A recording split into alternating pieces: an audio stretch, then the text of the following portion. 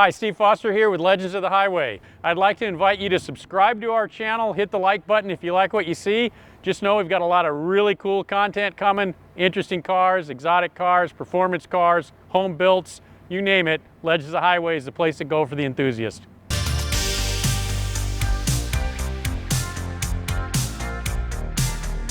Hi, Steve Foster here. Welcome to another edition of Legends of the Highway.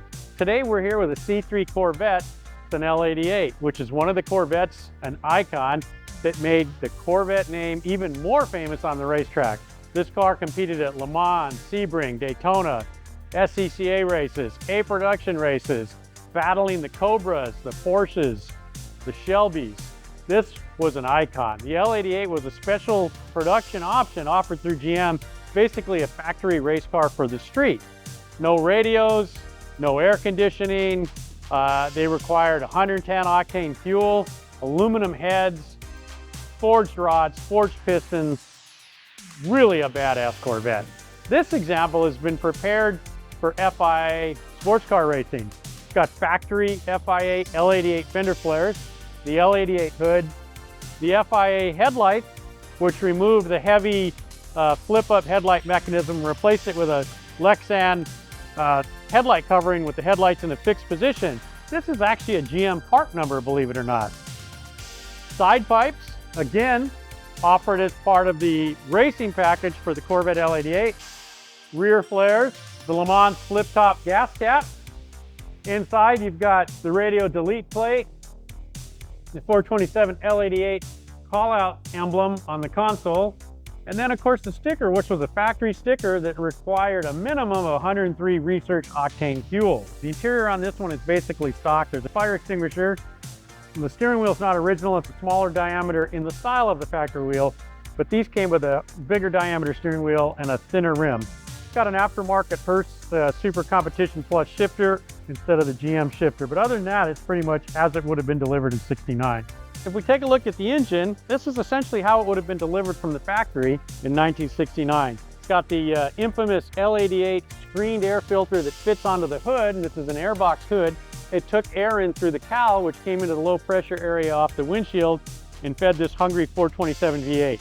This one's got headers that go to the side pipe. These things were grossly underrated from the factory. I believe they were rated at 430 horsepower, but with a set of headers and a tune and the proper gas and timing, these things routinely made 600 horsepower.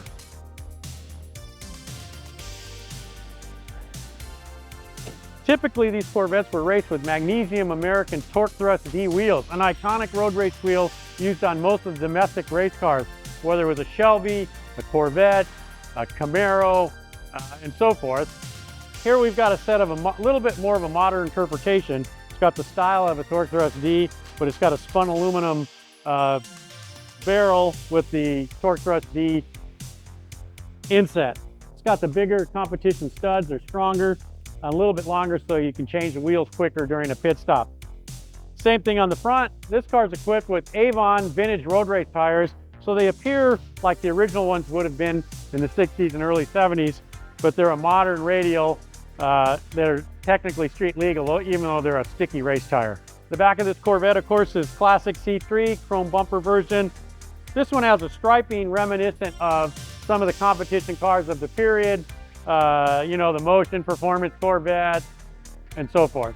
So here we've got another '69 Corvette. This is a ZL1. Now, it's a tribute ZL1 because they only made, I think it was 2 or 3 factory ZL1s in 1969. The ZL1 denoted that it had an all aluminum 427 V8. Similar to what was run in the unlimited road race series known as the Can-Am. These are incredibly expensive cars in today's times as they just don't exist. Now this one does have an aluminum V8. It's slightly bigger displacement than 427. This one still retains the flip-up headlights. It's got an aftermarket spoiler because this car is a 200+ mile-an-hour car. The C3 body style is not able to do those type of speeds without exhibiting front end lift, without having this spoiler. This car also is equipped with a 6-speed transmission. Obviously the Corvette '69 came with a 4-speed, but when they did the upgrade to the engine, they incorporated a 6-speed transmission. So this particular car was timed at 186 miles an hour and had plenty more to go, but they were exhibiting aero issues And so now with the new front spoiler, the different rake, this car should easily be an over 200-mile-an-hour car. Interestingly enough, you see the JPL logo on here, which stands for Jet Propulsion Laboratory. So this thing is a rocket, so it's appropriate to see the JPL emblem. So take a look at this. At first glance, it looks like a factory ZL1 motor. It's aluminum 427 in appearance, retains the ZL1 and L-88 air cleaner with the factory screen, the foam seal, the L-88 hood, once again where it draws air from the cowl. This one has a Van Gordon racing sticker on it, and Jim Van Gordon is a well-known Southern California engine builder, and he built some of the badass engines available anywhere. And he's worked his magic on this engine, 510 cubic inches, well over 600, 700 horsepower in a street drivable package for the most part. Equipped with headers, a slightly different carburetor than what would have been on the L-88 or the ZL1, but at first glance, it's a pretty close copy of what a ZL1 would have looked like. So thanks again for watching this episode of Legends of the Highway. I hope you've enjoyed this one and this cool look at the Corvettes and the Finish Line Auto Club. So this is Steve Foster saying thanks for watching. Please hit the subscribe and like button, and we'll continue to bring you cool content about cool cars, their owners, and events.